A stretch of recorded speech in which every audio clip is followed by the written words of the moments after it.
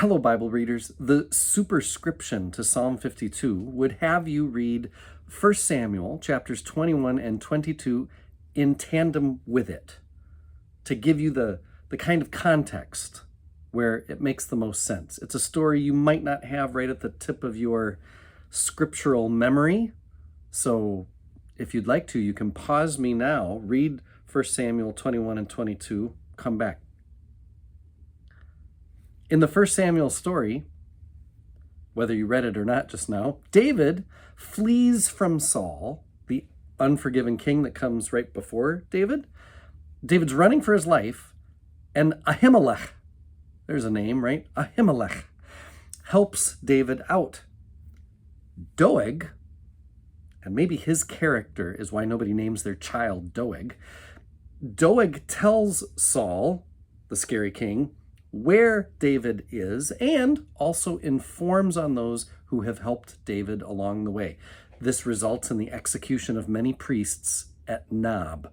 Doeg is the one the psalmist is thinking about when he says, "Your tongue is like a sharp razor." Doeg is the one the psalmist is addressing with Psalm 52. Or at least people like him, right? And what the psalmist wants to say is, refuge for life is not found in achievements that one brags about, but trust in God's steadfast love is where real refuge is found. And when you have trust in God's steadfast love, nobody that lives with that kind of trust ends up living alone, ends up being alone.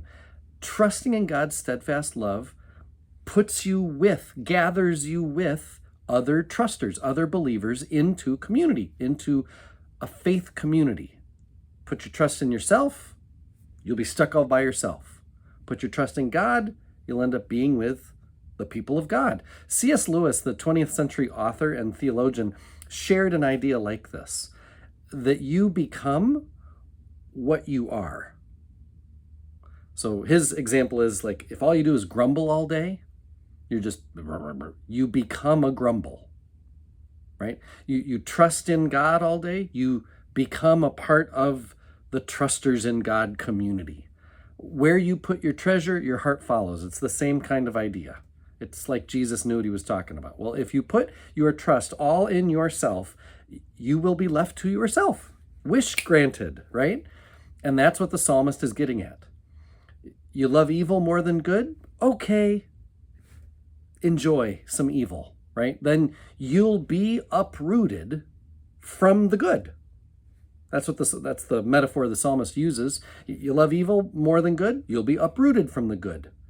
As the psalmist says in verse 5, God will uproot you from the land of the living. This is a reference to the worshiping community is the land of the living, the congregation, the temple community where life is experienced and celebrated through trusting in God. Yeah, you'll be uprooted from that. Congratulations. My Bruggeman and Bellinger commentary says this is an unusual psalm, actually, in that it doesn't fit most of the categories used for psalms. Like, it is addressed to an enemy. That's unusual. It focuses on the outcomes of a foolish lifestyle. That too is not like a bunch of other psalms. It's pretty short, and it's just chock full of contrasts. And I could get into all those details, but it's actually more than we want to get into. Another odd moment in this psalm is right away in verse 1. Why do you boast, O mighty one? And it's like, oh, mighty one, is this being addressed to God? For certainly not. O mighty one is this great word in Hebrew, gibor. I was taught that this word can be translated pretty faithfully by saying big shot. The New Revised Standard Version interpreters likely resisted such a flippant translation, but I think it may be warranted here. Maybe because I use lots of sarcasm myself, but seriously, I don't think the psalmist is like, why do you boast, military hero? Which is another faithful interpretation for gibor. Gibor is like that guy, the guy known for victory that walks around with a swagger for the things done many years ago. But I think the psalmist is trying to point out the arrogance of that Gibor, not lifting up some military hero status. I think it's far closer to big shot. So maybe there is a sarcastic moment here, and maybe there is also a little smack talk too, also unusual. And it probably gets past us. Like, I'm not sure we'd catch it if we're not up on our olive tree insults. But when you tell somebody that God's going to break you down forever, snatch and tear you from community, uproot you from the land of the living, what greater thing to follow up than to say, and you know what else? As for me, me who trusts in God's steadfast love, I'm not uprooted like you. I'm like a green olive tree in the house of God. See, olive trees were wealth then, and they symbolized life and fertility and vitality, all the opposites of what happens to this Gibor, this big shot.